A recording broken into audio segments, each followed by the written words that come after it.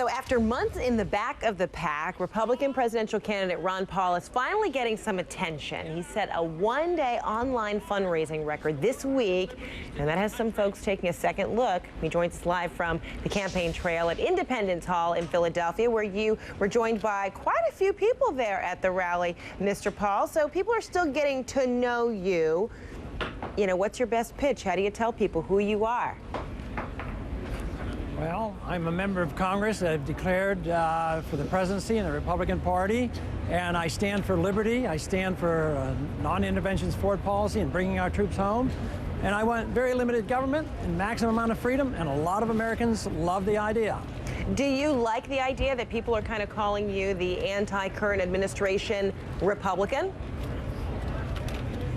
Well, no, I don't particularly like that because although I don't endorse most of the policies, but I haven't endorsed most of the policies of the Democrats for a long, long time.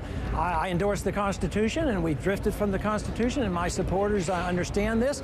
They want constitutional law, limited government, maximum freedom, sound money, non-intervention foreign policy, and we have gone so far from that. I would say that I am a pro-constitutionalist, pro-freedom individual rather than being narrowly defined as being anti-one single administration. And so a lot of folks might say that, you know, your campaign is kind of a throwback to, you know, the fundamental approaches of government. Yet, when we talk about the amount of money that you were able to raise in such a short amount of time, I mean, you're light years ahead of many others in terms of using the internet, really using this kind of modern day approach to winning support. How'd you come up with that, and why? Was this kind of a page out of the Howard Dean kind of how-to? No, I think it's exactly opposite of being a throwback. The government is a throwback. The current government we have, our current trends have a throwback to tyranny, where government runs things and individual freedom is minimized. America was all based on maximizing the freedom of the individual, and we've lost that. But that's a new idea. Tyranny has been around for thousands of years, and we have something new and wonderful, and we want to just restore that trend that we were given a couple hundred years ago. But in terms of history, it's a very, very new idea. I don't think Howard Dean had anything to do with what we're talking about. Now, how do you break it down to, I mean, this is a scramble now. We're looking at less than a year from now, we will know who is president, or at least who is elected president, you know, of the United States. So, you know, are you really kind of cranking up the momentum of trying to reintroduce yourself to a lot of folks who don't, you know, who don't consider you a front runner, even though you're maybe the front runner in terms of fundraising? You still feel like you have a lot to prove to people? Well, I think the final proof is getting votes in a primary, but I think obviously the strength of the campaign is much bigger than we've been given credit for, and the numbers that turn out to the rallies and the number of dollars that we raise and the enthusiasm.